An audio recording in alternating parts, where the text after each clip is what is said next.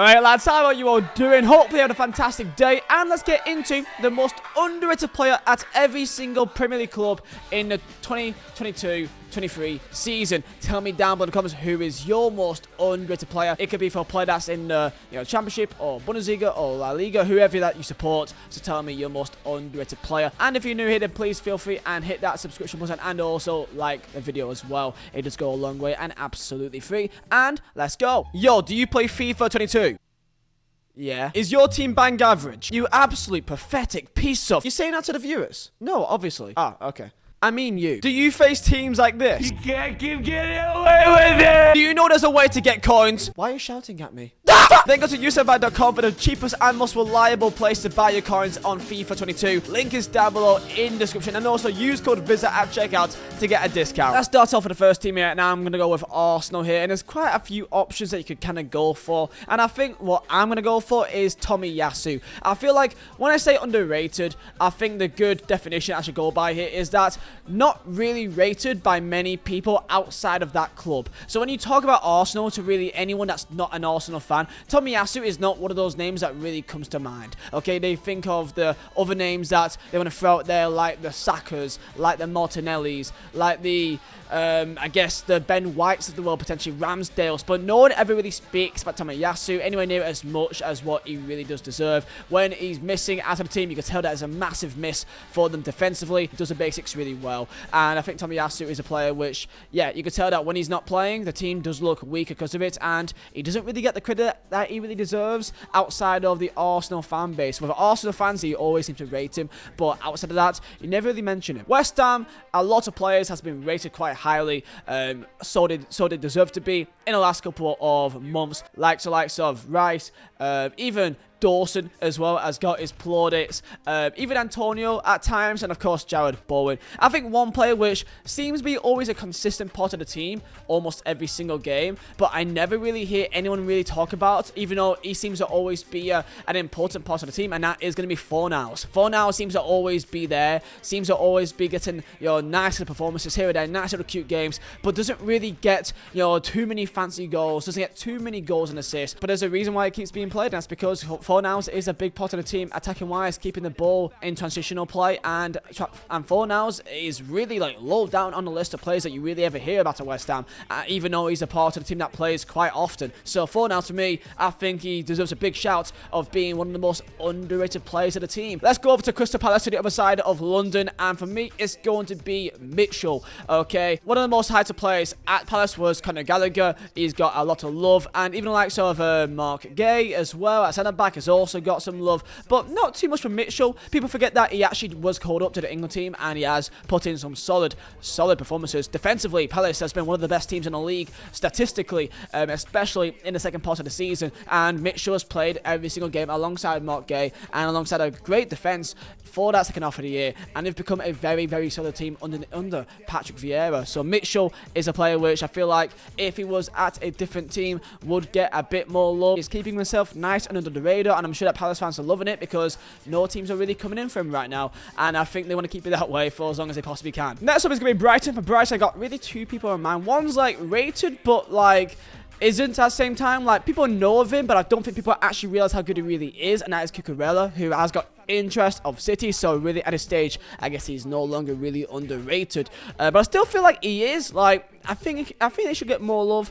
than what he really does, but I think most people cannot all aware of him, so maybe I should ignore that. So my real underrated player is Pascal Gross at Brighton. He's been there for a few seasons now, and for me, when I see him, he seems to always be a very consistent performer. Again, does the basics really well, and he's a nice, cute little technical player as well in the midfield. And Gross, I think, is a player which you just never really hear about, and I seem to think that he's a decent footballer. Maybe I'm wrong with that, but I like to think of players that you just don't really hear too much about, and I think that he's one of them for Brighton, which is Pascal Gross. Let's go on to Wolves, and Wolves, I say that their most underrated player still outside of the Wolves fan base, and that is Kilman. Max Kilman. I think a lot of people have been really slowly realizing that he's become a very solid part of the team defensively. You'd be surprised to hear that he started 30 games for Wolves last year, and I just never see him ever mentioned really outside of the Wolves fan base still. So I feel like Kilman, for a decent young centre-back that's coming through the ranks over at Wolves, he's looking like he's got some potential to him to be a consistent Premier League footballer for the future. And I think maybe in the next year, you're going to see a lot more people talk about him and maybe get a move elsewhere within the next year or so. Let's go for a top 6 team. Let's go for Manchester City. And I mean, Christ, who isn't really rated in this team? Let's be real here. Like, every single player has been rated, very highly, as they should, because they are at an insane level. I guess this is underrated because I guess people don't really notice his importance to the system, so I think I put him in there for that reason, and that is Rodri. Rodri, because he's a CDM, he's not really a really in-your-face player, but he is so important to how the team runs in that perfect just pocket in between the defense and the midfield, a perfect link, and he's just running that Busquets role essentially. And this year, he's not just become that kind of consistent, player that keeps the team ticking, but he's also popped up with some very important goals at very important times for Man City. And Rodri, for all the superstars that they have in that team, he's always a sure thing in that team. Rodri is always a sure thing at the team sheet, and that says a lot for me. Moving on to Chelsea. Let's go for Chelsea here, and I would say for my underrated player, which I think is actually an exceptional footballer and doesn't really get that much love outside the Chelsea fan base, I would say is Kovacic. Kovacic in midfield is an incredible footballer.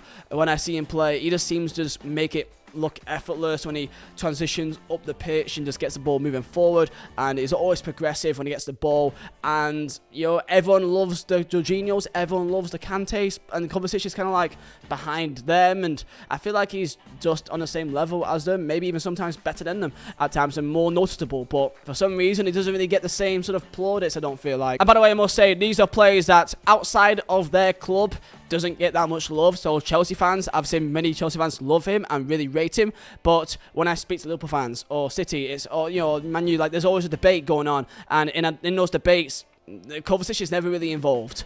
So for that reason alone, I think that he does deserve much more love.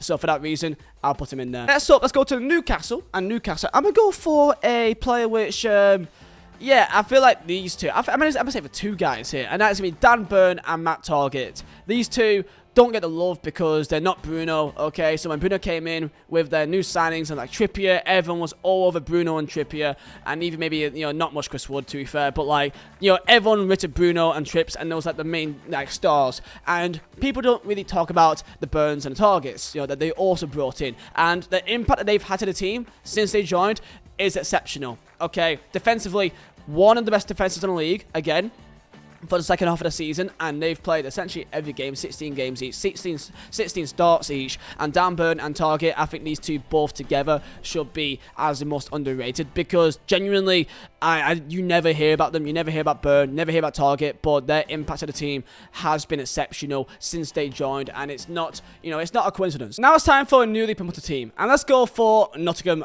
Forest. And of course, some players out last year are now, moved on because they were on loan, like the likes of Garner and Spence, but of course I can't say them. So for me, I will go with, I guess if I gotta pick one, I guess I pick the Forest boy, Joe, but I kind of feel like people kind of all aware of him, so I may just go Ryan Yates. The guy's got 8 goals while playing in the midfield, so, and I never really hear anyone speak about him, so I would say for Ryan Yates, yeah, he's played practically almost every single game, and I never hear anyone talk about him outside of Forest fans. So, I'll go for him. And let's also do Fulham, who was exceptional last year in the Championship. It was actually quite unfair at times how good they were, and many players have got many plaudits, as they should have. A lot of likes of Wilson and Mitrovic, and also the likes of Carvalho. I'm going to go for a player which I've not really heard much of outside of Fulham fans, and no one really talks about him again, and he played pretty much every single game last year. Tosin Adara Bioyo. I think it's something like that. I'm so sorry if I do butcher his name. I think it's something along the lines of that. 41 starts for Fulham last year, and defensively they were solid, and he was there for pretty much the entire year. For me, I think out of anyone, I'll give him the credit that he deserves. Also, Tim Ream as well, 46 starts from last year. Pretty much, I mean, that's every single game. Exceptional. Leicester City is a weird one because it depends who you ask in the fan base almost. And like within the fan base, I do feel there's players which like are really good, but like people just don't really like. Like for example, like James Maddison, he's been incredible for them for the last like 2-3 years, but yet like no one outside of Leicester, when you think about like the top like English talents in like a number 10 role or just attacking midfielder role, no one ever talks about Maddison. He's just never spoke of, really. There's so many players they put ahead of him. I kind of want to say Maddison, because even though people know of him, people still don't really know of him. Like, in terms of in the England setup, he's just not even given a shout almost. So, I do think that he deserves much more love, because like Bowen has got the love as he deserves, but you know, Maddison's been doing great in his role for 3-4 seasons now almost, it feels like, and has he even been called up? I don't think he's even been called up, actually. The lad's got one England cap. The one's got one, and that's disgraceful how he only has one. A few more clubs are left now, so let's just go run through them. So Aston Villa, I'll go for Jacob Ramsey. Aston Villa fans, they rave about it non-stop, but all fans outside of Villa, they kind of just go all on Coutinho, and then Watkins, and then maybe a Matty Cash as well. But I just do not hear about Ramsey really at all, who's at such a young age and has become almost a consistent player in the Aston Villa side. And I think that deserves a lot of credit as well. And hopefully should become a great talent, not just for Villa, but also for England in the future. Tottenham, Spurs, I will go for Christian Romero, the Argentine centre-back who joined last year. People kind of wasn't too sure on him, and I think over the course of the year, people really warmed up to how good he actually is and how consistent he has become at Spurs. And another solid shout is probably Højbjerg as well. Like, people don't realise that he's pretty much starting every single game, and he's always put it in solid 7s out of 10 as well. Doing the simple things correct, keeping the team ticking, becoming a big part of that Conte system. And I think Højbjerg as well doesn't really get that much love as he really does deserve. Brentford, I'm going to go for the goalkeeper. I'm going to go for Raya. I feel like in terms of Brentford, they've got quite a few nice players that can be also given a solid shout into, you know, being one of the most underrated, especially in the midfield. Raya or Norgard, I guess if I've got to pick one, I kind of want to put Raya just because I feel like goalkeepers deserve a bit more love, and I've not put a goalkeeper in yet, so I'll probably put Raya in there because I feel like he's been really good this year, and you don't really notice too much, but I'll go for him. Bournemouth, now this guy should be rated to anyone that's seen Bournemouth, but for people that doesn't know much about Bournemouth, it's Billing. 10 goals, 10 assists in the midfield in the Championship, playing almost every single game, and I swear to God, I've barely heard anyone really speak about him. You know, outside of Bournemouth fans, people really need to know how good this guy is. Maybe I'm wrong, maybe I'm not in the right circles, I just have barely heard anyone speak about Billing. But I look him up, and I look up what he's actually done for them, and I'm like, okay, yeah, this guy is pretty good. Who's left here? Okay, we got Manchester United. I mean, who could even be put in? You know what? I'm a back up one of my boys here. Fred. People hate on Fred too much. I feel like Fred is actually a good footballer. I think people, I feel like people just dig in on him because it's like McTominay and Fred, McFred, and yes, like, is he like a top world-class midfielder? No. But I think he's a good midfielder that does a lot of good things that when I see them, I kind of notice him doing good things, not even in like a bad way. And I guess it is quite hard to find an underrated player because most players do seem to be overrated at United. But Fred, I feel like he's just hated on a bit too much for me. Oh, Southampton, actually, it's kind of a tough one to really put my finger on it. I kind of want to lean towards Kyle Walker-Peters as well. I feel like people still get Liverpool ahead of him. Like, outside, by the way, outside of the Southampton fan base. This is not just, this is outside of the fan base. You know, people that really, like, I still don't really hear much about Kyle Walker-Peters outside of it. And I think most fans still would rate Liverpool ahead of him just because of his start to last year. But I think most fans, you know, that watch the Southampton would be like, Kyle Walker-Peters is, you know, right now the better player. On to the final few here. I have got ourselves Everton. And Everton's a tough one to pick out, you know. It's a really tough one. End of last year, people were now written Iwobi. Iwobi became quite good, actually, for the end of last year. The last couple of weeks, he actually really found his feet, it felt like. It's tough to find a player for Everton because of how poor they were last year. I'm gonna just go for Iwobi, just because of that Iwobi, Obi-Wan Kenobi chant or meme that I saw. I think that's fantastic. Iwobi Wan Kenobi, I think that's his name. I think just for that chant alone, I'm gonna go for Iwobi. I love that. Leeds. Leeds kind of fall in the same kind of category as Everton, that like, because of how poor they were last year, it's kind of hard to really find. Like, of course, everyone knows about Rafinha at Leeds. I'm gonna back a man which, again, outside of Leeds, you don't hear about, but he's a man which, when he's playing, you could tell because he is absolutely everywhere, and I think he's very important to the team that they have in the system. And I Stuart Dallas. He can play anywhere: left back, centre back, CDM, goalkeeper, striker, centre mid, left mid. Doesn't matter. I think that is so important to the team. Maybe a shout could be maybe Jack Harrison as well. Maybe, but I think people kind of know about him a little bit more. So I'm gonna go for Dallas. And on we go on to Liverpool. I think this is the last one. Liverpool. I mean, everyone's rated there, as they should as well. I'm thinking maybe like a midfielder or a defender, like a centre back. I'm thinking Matip. Matip was the main partner alongside Van Dijk last year because of the loss of Joe Gomez. Goals that Konate got in like the cup games, you know, near the end of the year.